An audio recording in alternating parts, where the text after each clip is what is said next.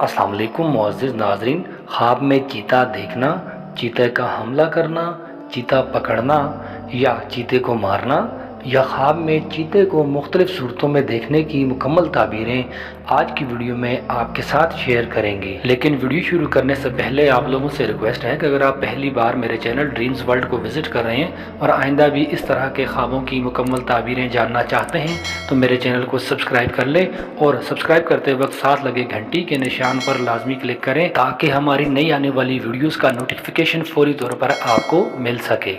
मुअज़्ज़िज़ नाज़रीन, हज़रत इब्न सीरीन रहमतुल्लाह अलैह ने फरमाया है कि ख्वाब में चीता कवी और मजबूत दुश्मन होता है। अगर कोई शख्स ख्वाब में देखे कि चीते के साथ जंग करता है तो दलील है कि अपने दुश्मन के साथ झगड़ा करेगा और दुश्मन को गलबा और फतह होगी।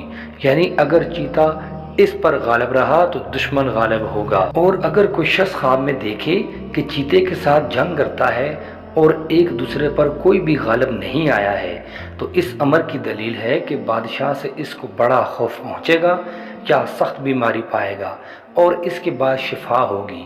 और अगर कोई शख्स ख्वाब में देखे कि शेर चीते को खाता है तो दलील है कि इसको दुश्मन से खौफ पहुँचेगा और नतीजा अमन होगा।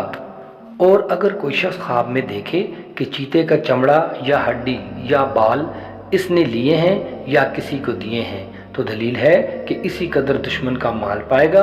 और अगर कोई ख्वाब में देखे कि चीते को मारा है तो दलील है कि इस्लाम से मुंह फेरेगा और उसको कुछ खैर ना होगी। हज़रत जाफ़र सादिक रहमतुल्लाह अलैह ने फरमाया है कि ख्वाब में चीते को देखना 3 वजह पर है।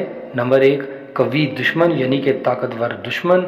नंबर 2, दुश्मन से माल पाना। नंबर 3, बादशाह का खौफ।